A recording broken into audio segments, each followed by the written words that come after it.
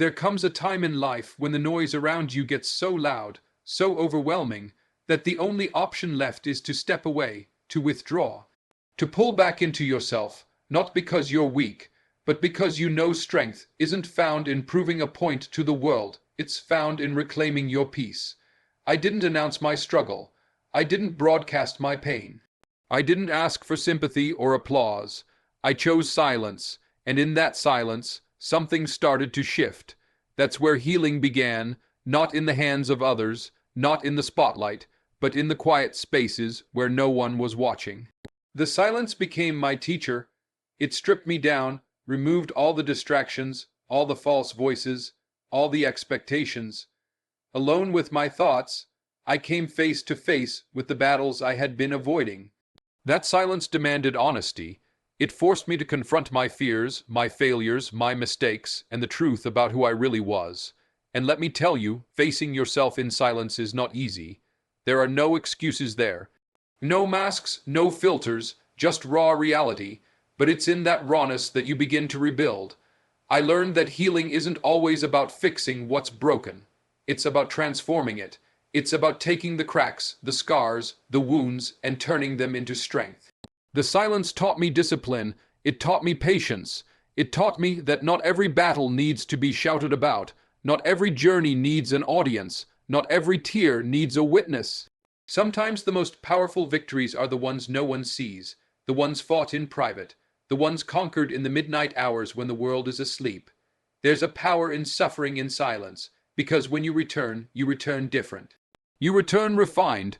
You return with a fire that no one can extinguish, because it was lit in the darkest place. See, silence didn't make me smaller. It made me sharper. It didn't weaken me. It fortified me. And when I stepped back into the world, I wasn't the same. I carried with me a strength that no applause could give, no validation could supply, no approval could match. That strength was born in solitude. And maybe that's the lesson. Sometimes you've got to disappear to grow. Sometimes you've got to detach to remember who you are. Sometimes you've got to shut out the noise so you can hear the whisper of your own soul. And when you come back, you don't come back to prove anything to anybody. You come back because you've built something inside that speaks louder than words ever could. You come back standing taller, walking bolder, living freer, because you know what it took to rise again. The power of silence in healing is often misunderstood, because in a world where everyone is encouraged to speak up, to share, to post, and to be seen, silence is mistaken for weakness. But silence is not the absence of power, it is the cultivation of it. Silence creates a space where the noise of the world no longer drowns out the voice inside you. When everything around you demands reaction, when the chaos outside tries to pull you in, choosing silence is an act of discipline. It means refusing to allow anger, bitterness, or despair to dictate your response.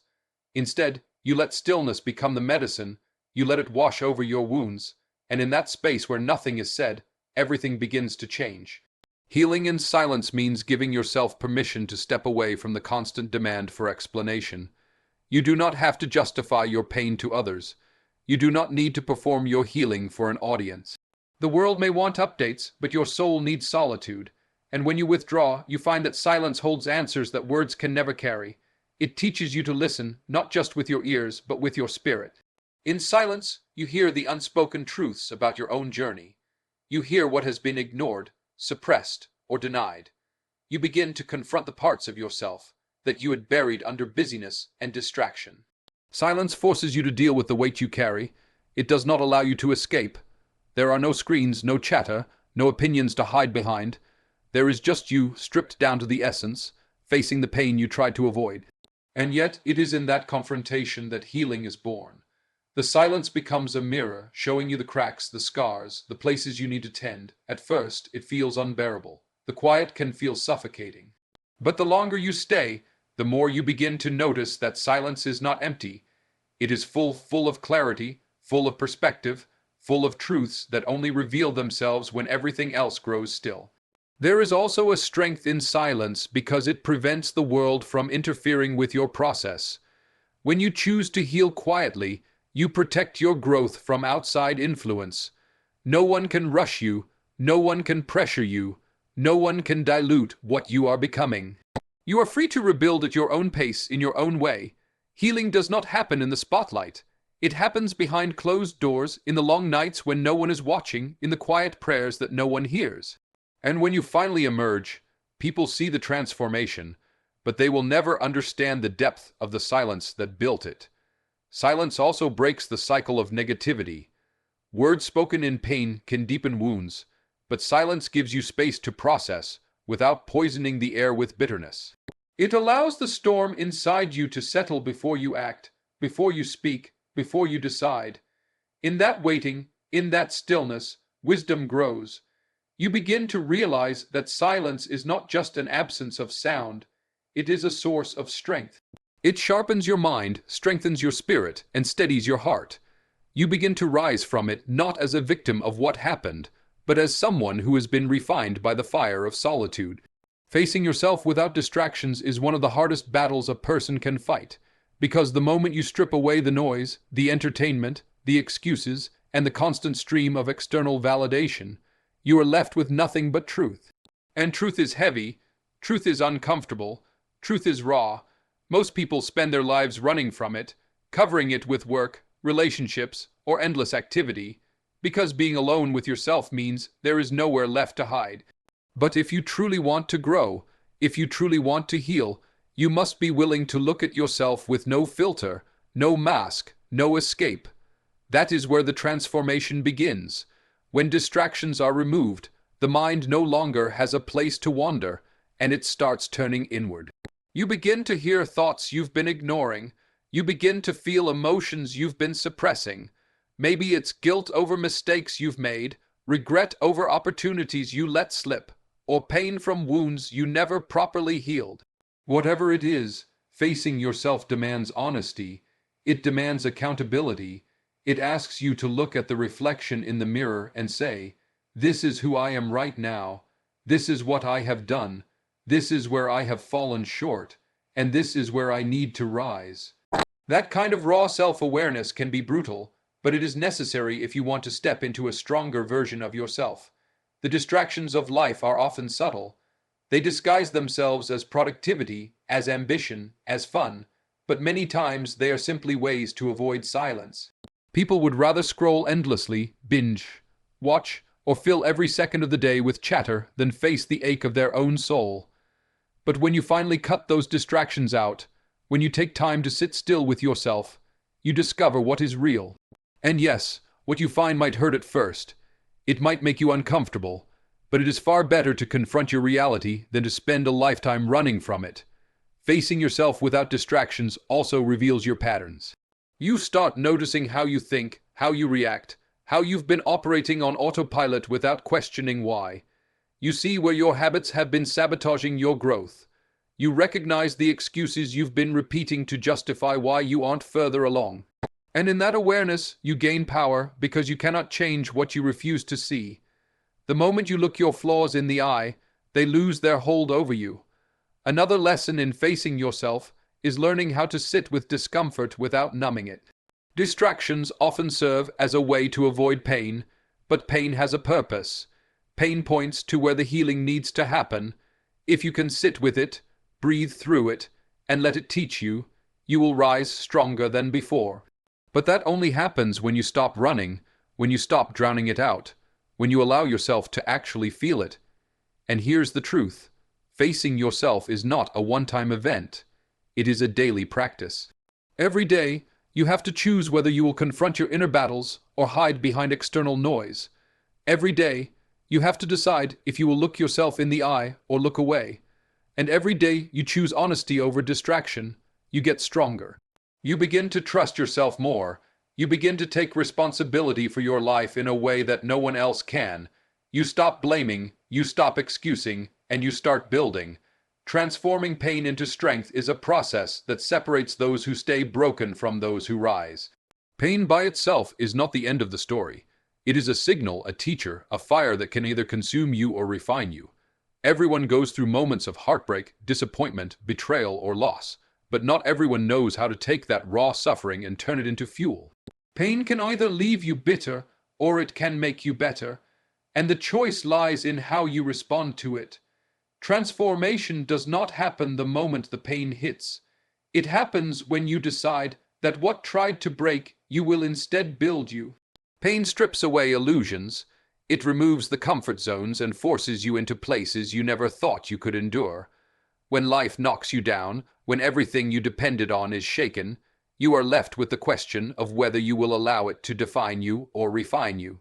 Many people collapse under the weight of pain because they see it only as punishment. But pain can be preparation.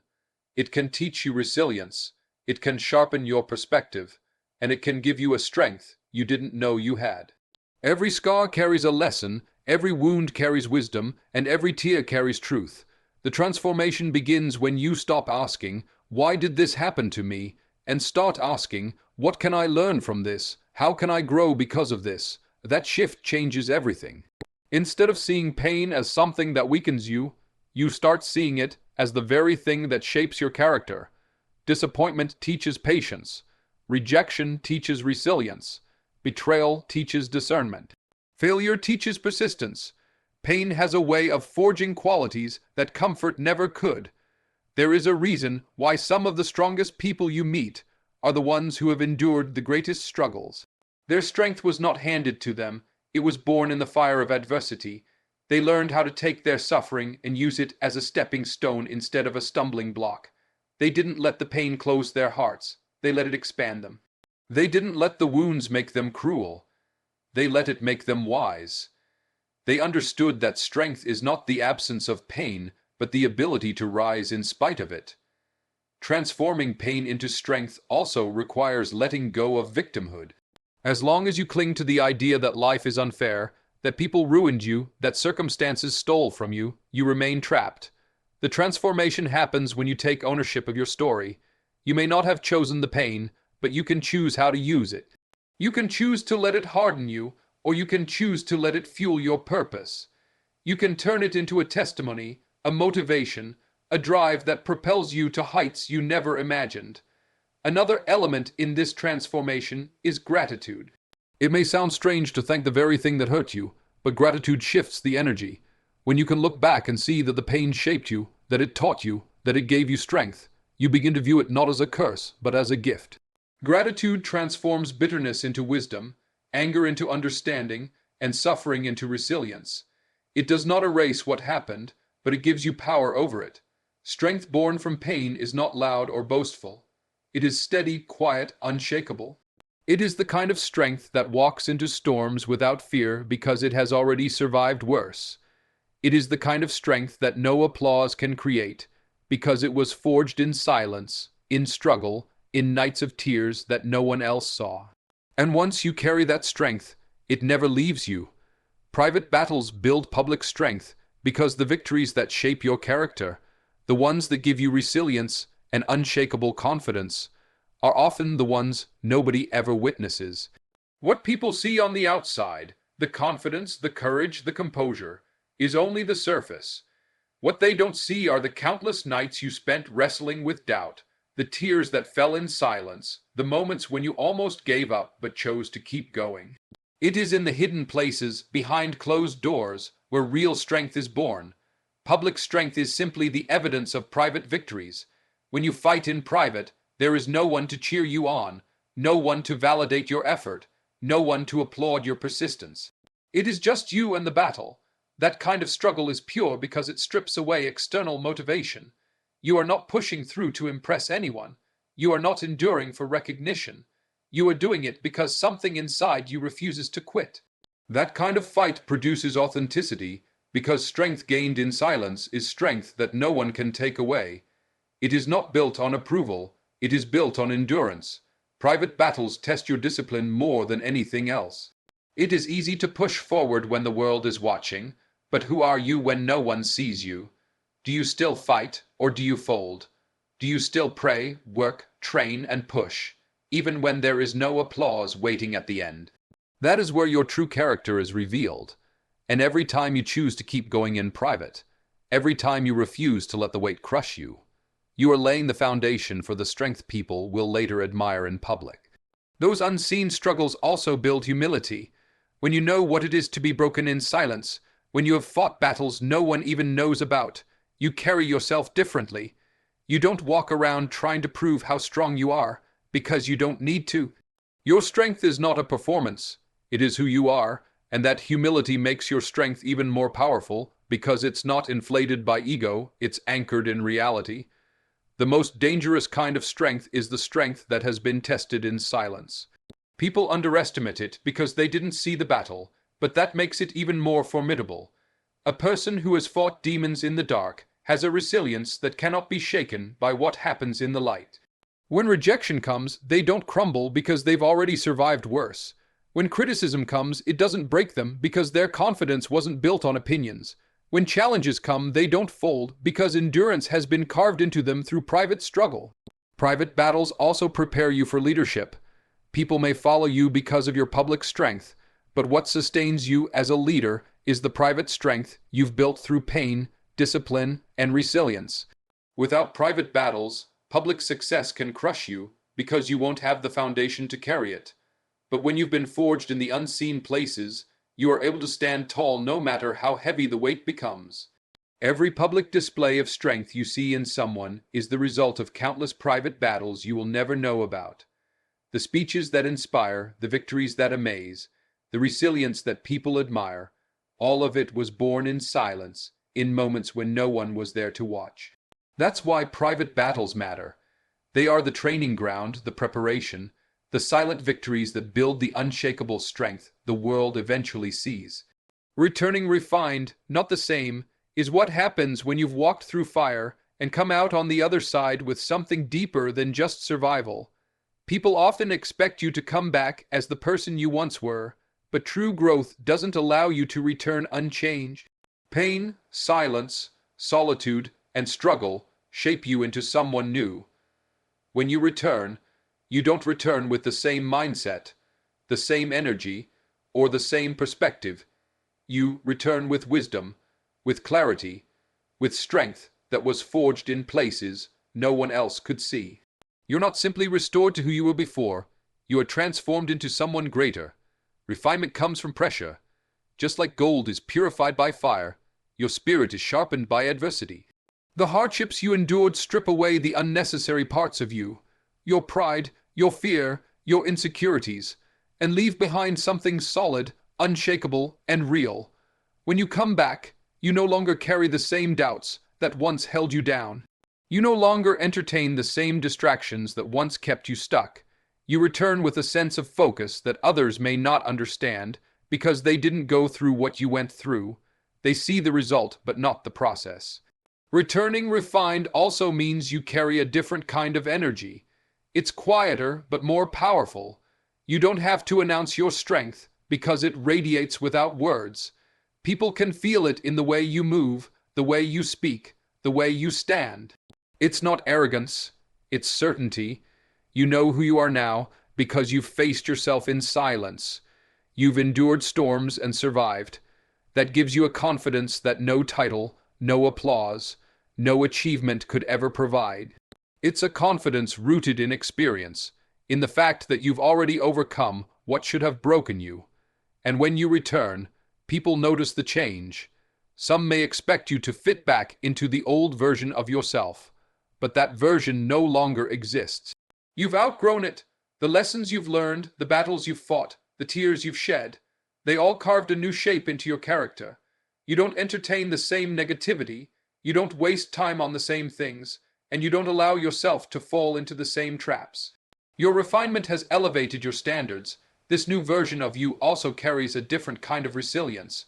You don't break as easily as before because you know what it feels like to be shattered and rebuilt. You don't panic as quickly as before because you've learned patience in the silence. You don't lose hope as fast because you've already proven to yourself that you can endure seasons of darkness and still rise again. That is refinement, taking the pain and turning it into endurance, taking the struggle and turning it into discipline, taking the silence and turning it into clarity. Returning refined also means you carry scars, but you carry them with pride. They're not signs of weakness, they're proof of survival. They remind you of where you've been, but they also remind you of how far you've come. Those scars become part of your power, part of your testimony, part of the evidence that you are not the same as before. And though others may not understand every mark you carry, they can see the strength it has given you. When you return refined, you don't move through life the same way. You choose differently. You value differently. You speak differently. You've seen what silence can do. You've felt what struggle can teach. And you've learned that the fire meant to destroy you actually purified you. That kind of transformation cannot be faked, and it cannot be taken away. It is the gift of the process, the reward of enduring, the power of coming back not just healed, but elevated.